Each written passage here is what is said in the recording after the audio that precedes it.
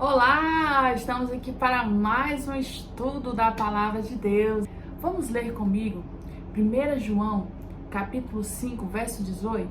Diz assim: Sabemos que os filhos de Deus não continuam pecando, porque o Filho de Deus os guarda e o maligno não pode tocar neles. Esse versículo é um versículo que nos garante segurança. Quando nós entregamos a nossa vida a Jesus e vivemos uma vida de obediência a Ele, nós temos garantia que a nossa vida está guardada pelo Filho de Deus. O diabo não tem poder para tocar sobre as nossas vidas. E é sobre isso que nós iremos falar hoje.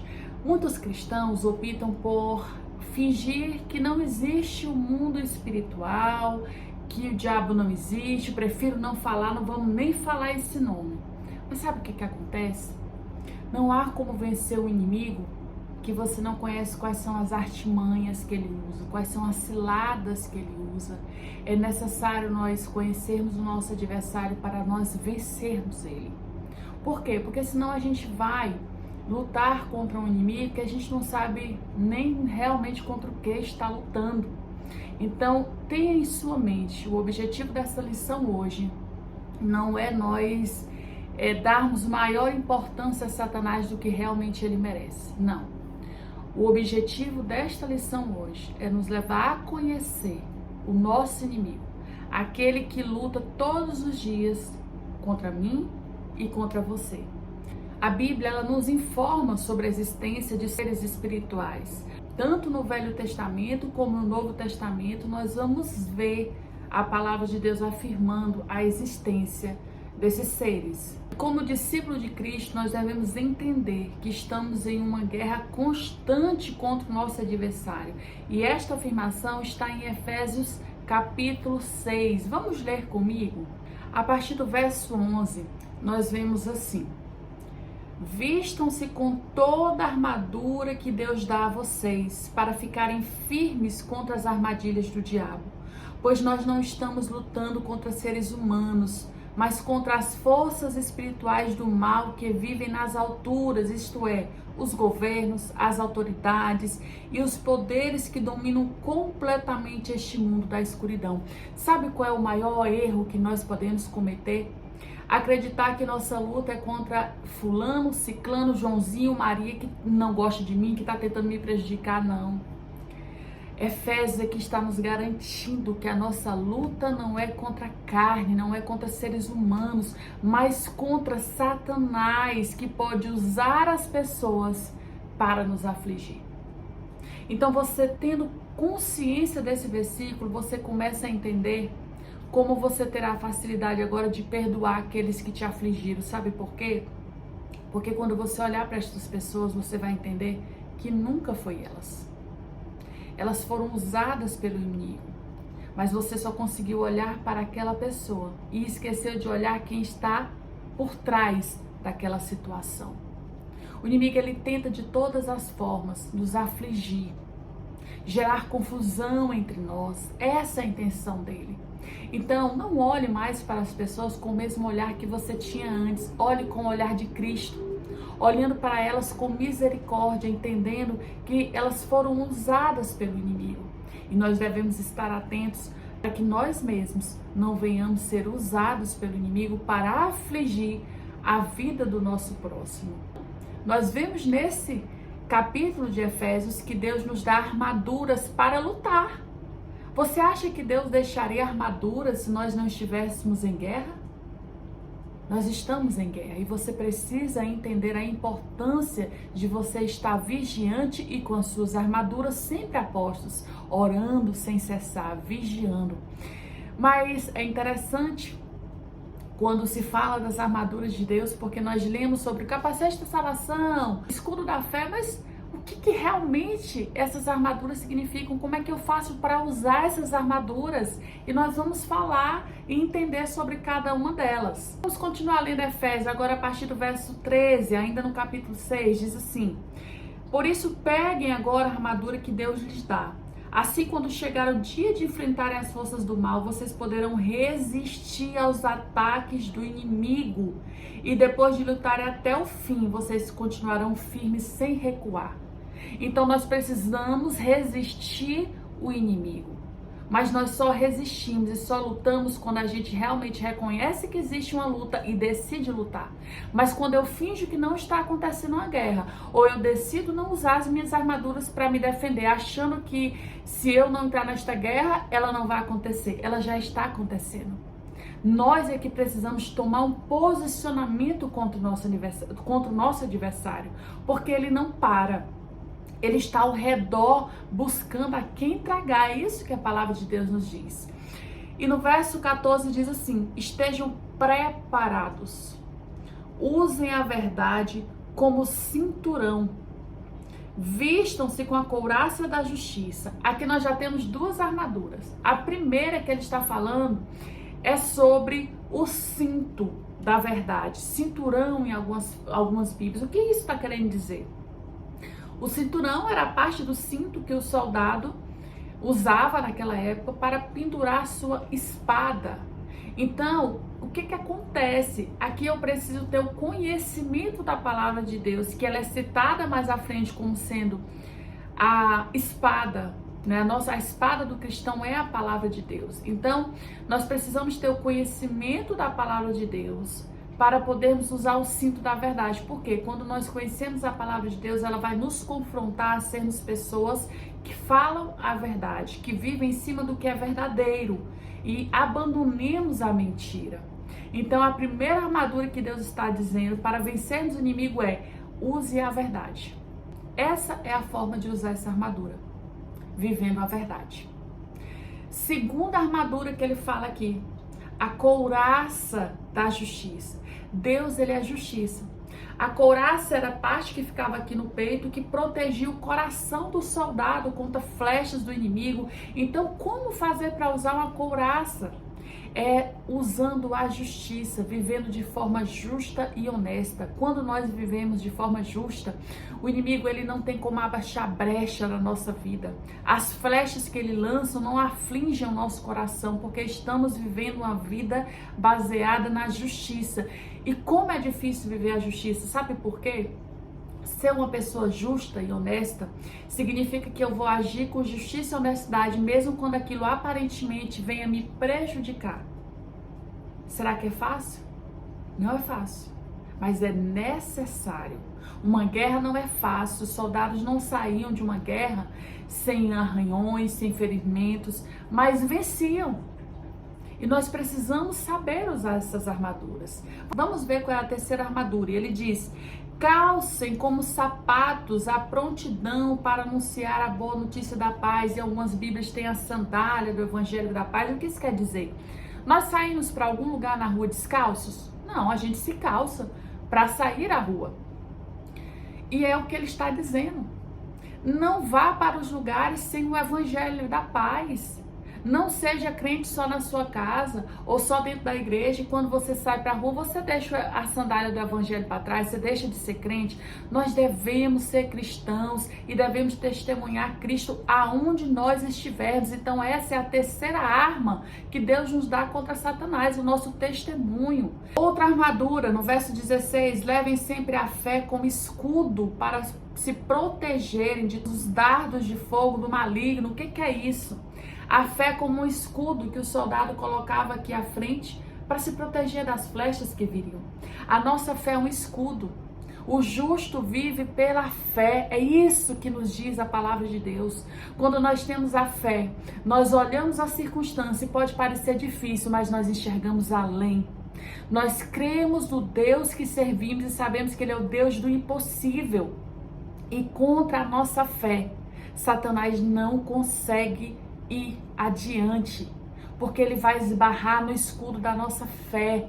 Verso 17, ele diz assim: recebam a salvação como capacete. O que é isso? Quando nós cremos que Jesus Cristo é o nosso Salvador, a nossa cabeça está protegida. Contra o quê? contra os pensamentos que Satanás tenta colocar dentro da nossa mente. Nós não podemos impedir que Satanás jogue pensamentos ruins sobre nós, mas nós podemos impedir que eles criem raízes, ou seja, vai vir um pensamento sobre mim que não é o que Deus quer. São pensamentos negativos, pensamentos de dúvida, que me chegam a duvidar realmente sobre o que Deus pode fazer na minha vida, sobre os planos de Deus. Esses pensamentos não são nossos. Eles são pensamentos que estão sendo lançados pelo inimigo. Eu não vou evitar que eles venham, mas eu posso impedir que eles fiquem combatendo eles com a palavra de Deus. E ele diz assim: a palavra de Deus como a espada que o Espírito Santo lhes dá. Olha que interessante. A espada que o Espírito Santo lhes dá. Como é que nós vamos usar uma espada sem saber nem qual é o movimento certo, como que faz realmente para conseguir derrotar o nosso inimigo? Não tem como você usar a Bíblia sem conhecer ela. Por isso que nós devemos conhecer a palavra de Deus, porque ela é nossa espada. É com ela que nós vamos dar o golpe contra o nosso inimigo. Nós vamos golpear Satanás com a palavra de Deus. Jesus venceu Satanás no deserto com a palavra de Deus. Quando ele dizia, faz isso, Jesus dizia, epa, a palavra de Deus diz assim, assim, assim. Mas a palavra de Deus diz isso, isso e isso. Foi assim que Jesus venceu Satanás e é assim que nós também venceremos. É com as armaduras que Deus nos dá. Aprenda a usar elas e tome posse. E o verso 18 ainda diz assim: façam tudo isso orando a Deus e pedindo ajuda a Ele. Orem sempre guiados pelo Espírito de Deus. Fiquem alertas, não desanimem. E orem sempre por todo o povo de Deus. E orem por mim também, a fim de que Deus me dê a mensagem certa, para que quando eu falar, fale com coragem e torne conhecido o segredo do Evangelho.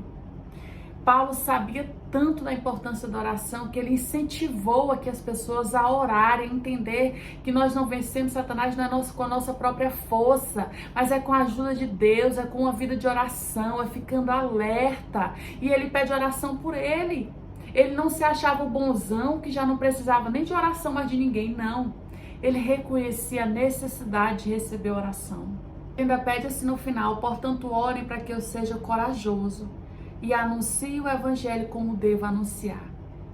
Ele precisava de coragem, vencer o medo. Paulo foi humano como nós. Nós podemos sentir medo, mas nós devemos orar, clamar ao Senhor que nos dê coragem para prosseguir.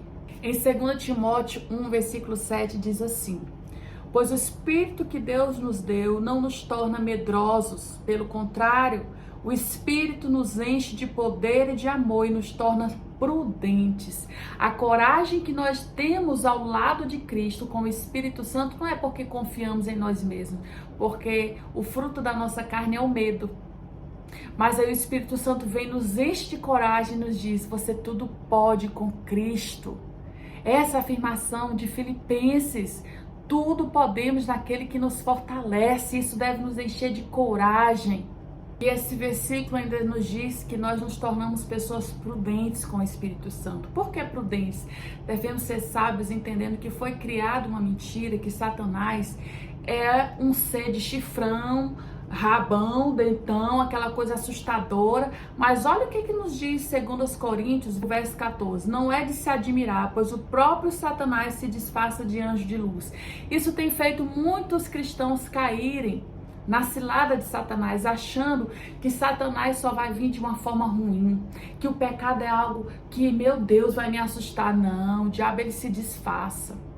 Ele quer se tornar cada vez mais bonito e atraente mesmo, para que a gente vá como um cordeirinho, inocente, porque não estou vendo nada demais. Essa é a estratégia dele. Esqueça de Satanás ser um ser horrível. Lembre-se que Satanás, ele era um querubim. Ele estava no céu com Deus. Ele era bonito. E ele se orgulhou da sua beleza, se orgulhou de quem ele era. Como que agora ele vai ser esse ser horrível traçado por pessoas há séculos e sendo disseminado entre as pessoas. O que eu estou falando para você está na Bíblia. Lá em Apocalipse 12, eu convido você a abrir a sua Bíblia, nós vamos ler que Satanás ele habitava no céu. Olha o que diz: houve uma guerra nos céus.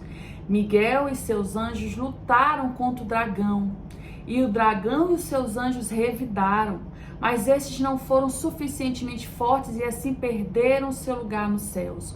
O grande dragão foi lançado fora. Ele é a antiga serpente chamada Diabo ou Satanás, que engana o mundo. Ele e os seus anjos foram lançados à terra. Satanás era um anjo que se rebelou contra Deus. Você verá na Bíblia alguns nomes que se referem a Satanás. Por exemplo, o nome Satanás é usado 52 vezes na Bíblia, mas nós temos outros nomes que também se referem a Satanás. Nós temos o nome Diabo, que significa caluniador, foi usado 35 vezes na Bíblia. Nós temos também nomes como maligno, serpente, dragão, tentador, príncipe deste mundo, Deus deste século, enganador de todo mundo, o príncipe da potestade, poder das trevas, escuridão, espírito que opera nos filhos da desobediência. Então, quando você fizer uma leitura bíblica que você vê alguns desses nomes ou frases, você já sabe que está se referindo à ação de Satanás. Mas o que é maravilhoso sobre isso é nós termos essa verdade de que estamos protegidos por Deus, e Satanás ele tem limites estabelecidos por Deus, como nós vemos em Jó.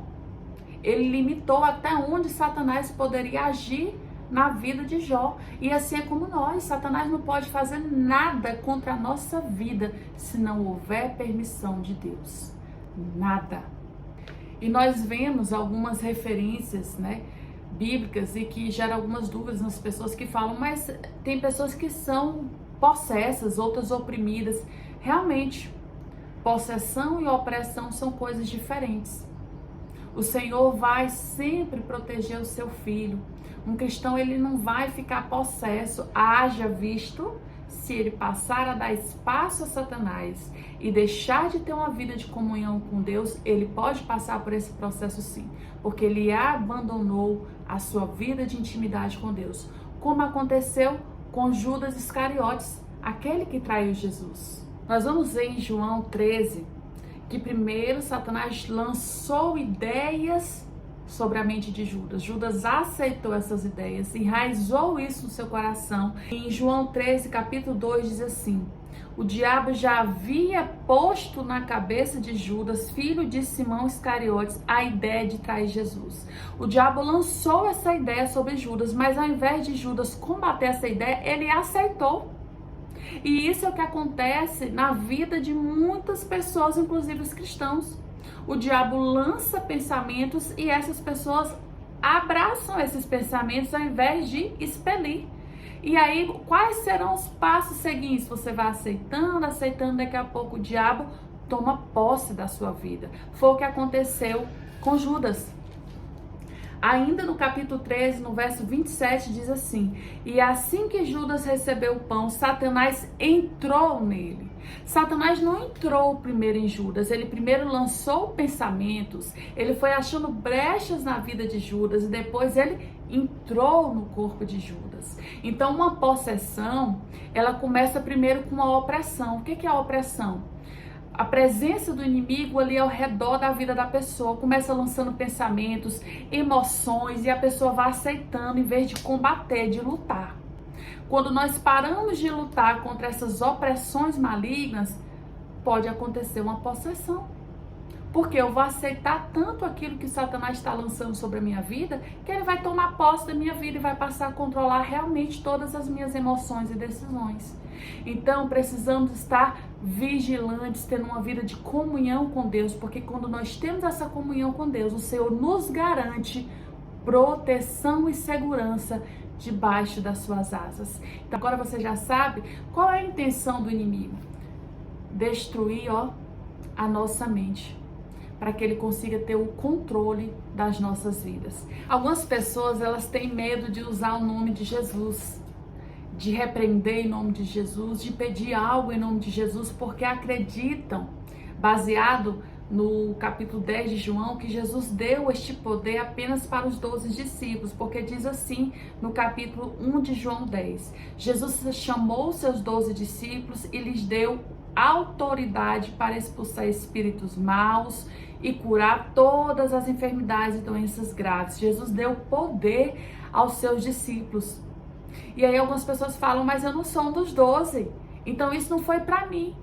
Mas olha o que aconteceu com o apóstolo Paulo, que não foi um dos 12. Mas esta autoridade se estendeu a ele, assim como se estende a mim e a você. E diz assim em Atos, capítulo 16, verso 18. Enfim, Paulo se aborreceu, virou-se para ela e ordenou ao Espírito: pelo poder do nome de Jesus Cristo, eu mando que você saia desta moça.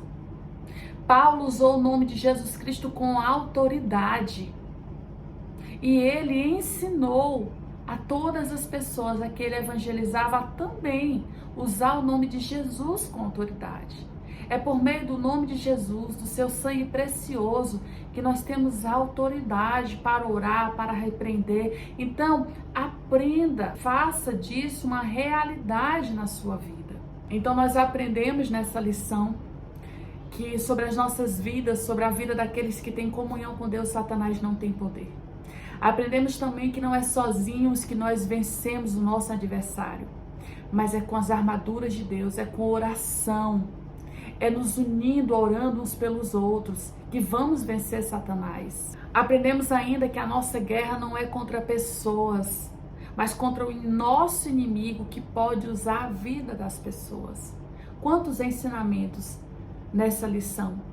Eu espero que sua vida tenha sido abençoada com cada ensinamento e que a partir de agora você perca todo o medo que você já teve e entenda que o Senhor nos dá o seu Espírito Santo, que nos enche de coragem e ousadia na sua presença. Que Deus te abençoe. Até o próximo estudo.